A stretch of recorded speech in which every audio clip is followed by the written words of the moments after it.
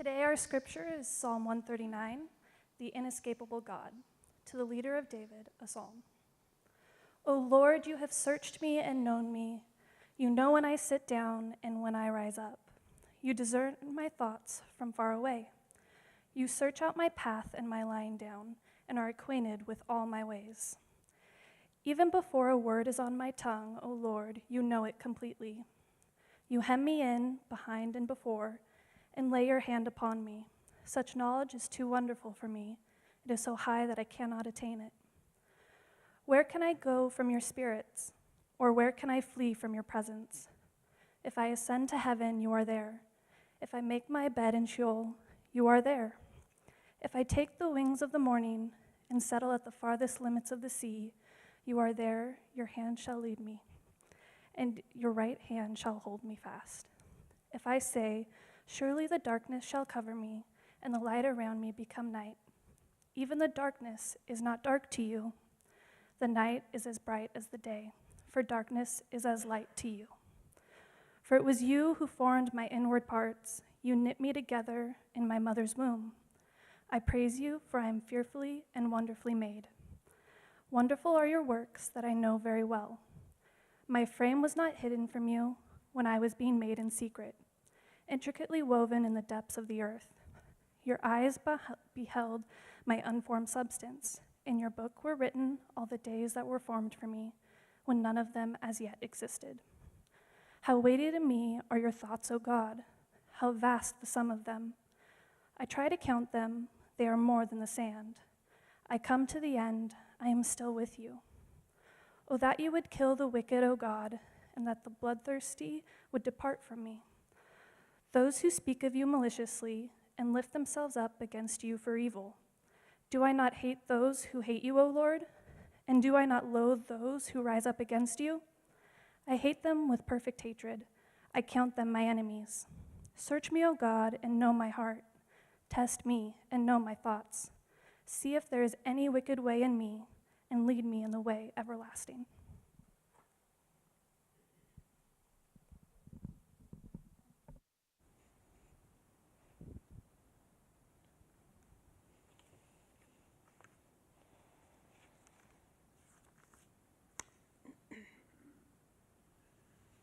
We are human. We are incredibly fragile and frail and vulnerable. We see this in ways when we worry about the future. That's us being human. When we get angry because we don't get our way. That's us being human. We fret over trivial matters that really are not that important in the grand scheme of things. That is us being human. We feel lonely because we are human. We feel like no one understands us. No one is quite like us. And therefore we are separate from others and alone. That is us being human. We wonder if we have any value at all. That is us being human.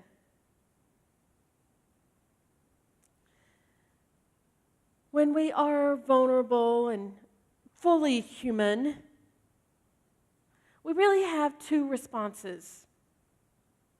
Science has told us that we can either fight or we can flee. When tough things happen as humans, that fight instinct looks something like this. I mean, we don't have to put on boxing gloves. It might come across as, I'm going to control what you're doing. You're not doing it right. I'm going to tell you how to do it. So we are over-controlling. Sometimes that comes across as judging. Man, they really could do differently in their life, couldn't they? We judge others when we really are just experiencing a human moment. And we might judge others, but we're actually oftentimes even more painfully judgmental of ourselves. Gosh, I'm not good enough. I do everything wrong. I did this wrong again. I just am not as good as so-and-so. We judge ourselves so frequently. I would say as a pastor, that is the number one thing that I encounter in people's lives, is that they're so hard on themselves. We criticize. We step into a place, and the very first thing of our response is one of criticism. We criticize and we criticize. If we don't actually say it out loud, we might be suspicious. Well, surely their intent was meanness and illness and corruption and wrongness. Surely that's why they did what they did.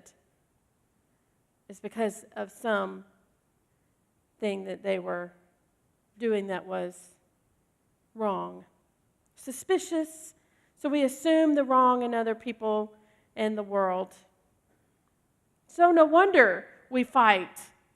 These are all actions of fight. So if we're not fighting, we're fleeing. That flight, we escape. There are so many forms of escape in our world. Entertainment industry, I mean, they really thrive on our desire to escape. And now it's just as accessible as your phone. Escape is really an action of flight. We emotionally shut down. That's just so overwhelming. I'm not even going to turn the news on. We just shut down. Just going to shut that off. Going to emotionally not go there. Sometimes we even medicate every little ache and pain. My back is hurting. I better take a Tylenol.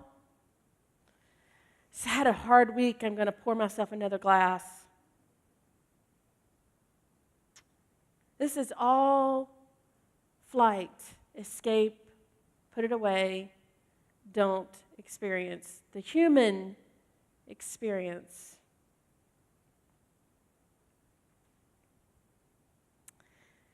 It's been a hard summer for me. This list that I have just shared with you is my summer experience. I've experienced the human vulnerability, and I have done both, flight and fight. This month we are focusing on compassion. Compassion. Trinidad is not here today, but he does the compassion hats. He's going to be telling us about that later in the month. But he was the first one that told me, actually on the flyer I had that we were going to talk about empathy for the month of September. Remember our flyer, Valuable Year? And he convinced me that empathy was not all that we should be doing. That really we should focus on compassion. So for the whole month we're talking about compassion. Now, compassion is defined as the awareness of suffering and the willingness to transform that suffering. The awareness, we have to be open to suffering and then we have to believe that something can be done about it and participate in that transformation. Now, as I said last week, this is the core of every major religion in the world. It's in our version, as Christians, it's the golden rule. Do unto others as you would have them do unto you. It's when feeling gets turned to action. We see clearly the true nature of our human suffering, and then we aspire to make it right.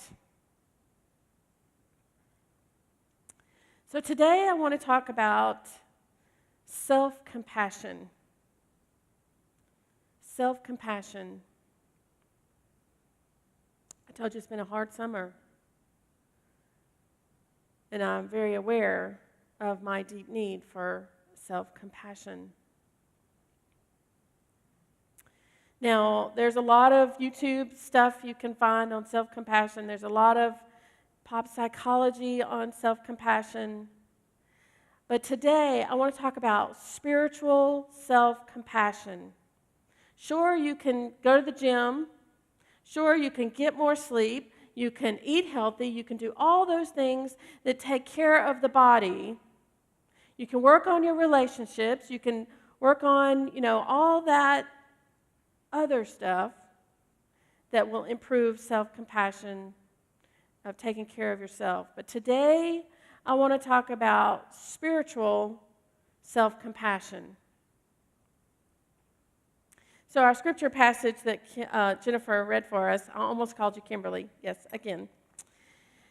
I'm terrible with names. Our scripture passage that I want to talk about as a response to self-compassion is the Psalm 139 that Jennifer read for us. The core to this passage is God has you.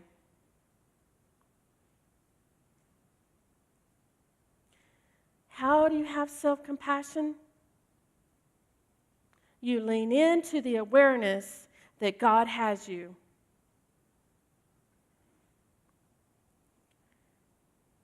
This is such a profoundly beautiful passage of assurance of God's having you. It's not that God is just present. It's that God has you. Starts off with, you search and you know me. There's this whole section about knowing. The first couple of verses is about knowing. It's in this passage, the word knowing, 7 times. Now, the poet, that was not accidental. That was intentional. 7 times for the Bible and the Old Testament especially, that's symbolic of perfection. That God knows us perfectly. How reassuring that the craziness of our internal self can't be hidden away even to God. God has you, even in your deepest, darkest places. God knows you. So God knows our path. God knows our ups and our downs. God knows when we lie down. God knows when we rise up. I love this, that there's no action that you can do that God does not know. There's no thoughts that you can have that God does not know. There's no place in the world that you can go that you are not known by God. Now, to the extent that this is aware in the text, is let's see if I can find the verse. Where can I go from your spirit? Where can I flee from your presence? If I ascend to heaven, you are there. If I make my bed in Sheol. Now that might be a new word for some of you. S-H-E-O-L, Sheol. Some people believe in hell. This is before that concept was fully developed. This is kind of a mysterious, emptiness of death. It's like this strange Old Testament word. When people died, they would go to Sheol. It's like this emptiness, this deep, not really a place at all. It's not a contrary to heaven, but it's just an absence of being. So even in this absence of being, God. Now that's unusual. Not often is in the Old Testament is it described that even God knows Sheol as well. So you can't even escape God from there, because God can go there. And then in verse 9 it says, if I take the wings of the morning and settle in the farthest limits of the sea, even there your hand shall lead me. Now I want to talk about this for a little bit, because I want you to learn something about the Old Testament. The way that the original readers would have read this passage was because their worldview is different. When we look up at the sky, we know that the universe is unimaginably large. Now, the early readers of the Bible, this is the way they would have seen the world. The earth is flat, right? And on top of it is a sky, and it's called in the Bible the dome. So it literally was they thought it was some type of substance that God had created to protect over this flat earth. I really should have a bowl. It should cover the whole earth, but you get what I mean. And it says that God created the firmament. And so that's another word for the dome. And God is above this, but even above it is some water. There's water, and that's where rain comes from. So rain comes from this water that's above the dome, above the firmament. And there's also water underneath, and that's where the rivers come from. They come from underneath this flat earth. And so when the passage says that if I take wing with the morning, well, they kind of had this image that the sun was pulled across this firmament, pulled across this surface by a chariot or by a winged creature. Cherubim flew across the sky. So if I go to the very limits of earth, to the very edges of creation, you are even there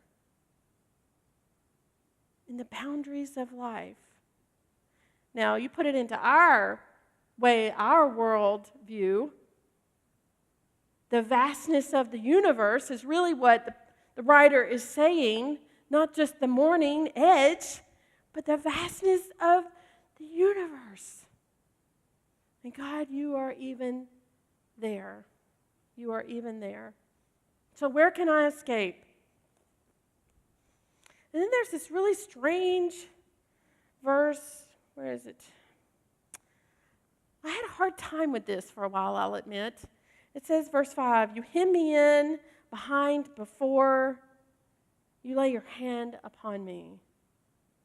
There's kind of a force to that, isn't there? It's almost abusive. So I had to really think about that, and here's how I want you to think about that passage. A newborn baby. My children loved to be swaddled. I mean, Ailey, it was like her favorite time of the day. She got to where when she saw her yellow duck blanket that we swaddled her in, when we pulled that out, she would just smile. A little newborn just smiling because she knew what was going to happen. We laid her on that blanket, with the corner. We put her head at the corner, and we wrapped that and tucked it in tight and then pushed her over so she was all snug. And then we wrapped the other side around and wrapped it under, and then we flipped it up. I flipped it under, and we picked her up, and we had a little taco. John called it our baby taco. And she loved to be swaddled. That tightness, that hemmed in, that comfort, that security that babies receive from when their bodies are not in control. and they just relax. That's the way I like to think about this. God has us. We can relax and let that swaddling feeling happen.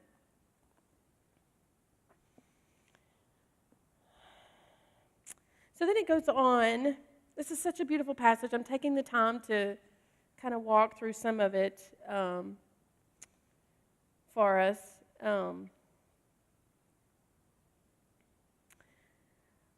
For it was God who formed my inner parts and knitted me together in my mother's womb. How many of you have done the plastic mats with Linda Wickstrom? So that's just one example of knitting and weaving. There are so many other ways of knitting and weaving, and of course, we all are wearing clothes that have been woven. So this is a weaving image. And it's unusual, actually, in the Bible. It's not found really anywhere else that we have been woven into being. I watched a lot of YouTube videos on weaving this week. I was going to show one, but I couldn't find one that was not a tutorial. So I was thinking, like, there should be some inspiring video about watching someone weave because it's really beautiful. It's very rhythmic, and it takes all four limbs. They're doing something with their feet, they're doing something with both hands, and it is really gorgeous, the rhythm with which they do that. And they never stop, and it takes a long time. We took a long time, but God was involved in that whole process. So the oldest clothing that was woven, that has been found, it's actually in Peru, in a cave, and it's over 10,000 years old. We have known how to make clothing just out of string, weaving it together. That's pretty amazing that humans have known how to do that long. So we're made with God's hands as the weaver, woven together. Another difficult passage. So the passage just goes on and on and on about, God knows us completely. God is present in our lives, and there's no place to escape. And then it talks about the grandness of God, that God's thoughts are more weighty than our thoughts, and, that just shows how mighty God is. I come to the end, and I will still be with you. Then it makes this weird transition, and I'm sure you picked up on it. And it's the humanness again. No matter how vulnerable we are, that humanness is there. Oh, that you would kill the wicked, O God, and that the bloodthirsty would depart from me, those who speak of you maliciously and lift them up. I lift themselves up against you for evil. So this is one of those passages, that verse that probably would have been dropped out of the lectionary. They would have not included that part. And I started to cut it off right before that. But see, that just goes to show you that God even knows the yuckiness of humanness. God even knows that. And God can even go there. Why? Because God has us. God has us. This is spiritual self-care. This is spiritual compassion. To be assured that God has us. So we can put down the fight. We can put down the flight. Because what they've learned about this fight or flight mentality, and which so much of our time really is living into either one of those, is that we're not our truest selves We're not our fullest selves. We're not all that we can be when we are only in fight or flight. It limits our true selves. So when we put down the fight or flight and believe that God has us, we are allowed to be free and move into this creativity, this potential, the light, the possibility. Do you hear the compassion in that? Seeing the suffering and allowing it to be transformed. There is an escape from the fight or flight. There is a spiritual compassion. And the answer is, God has us. Amen. Let us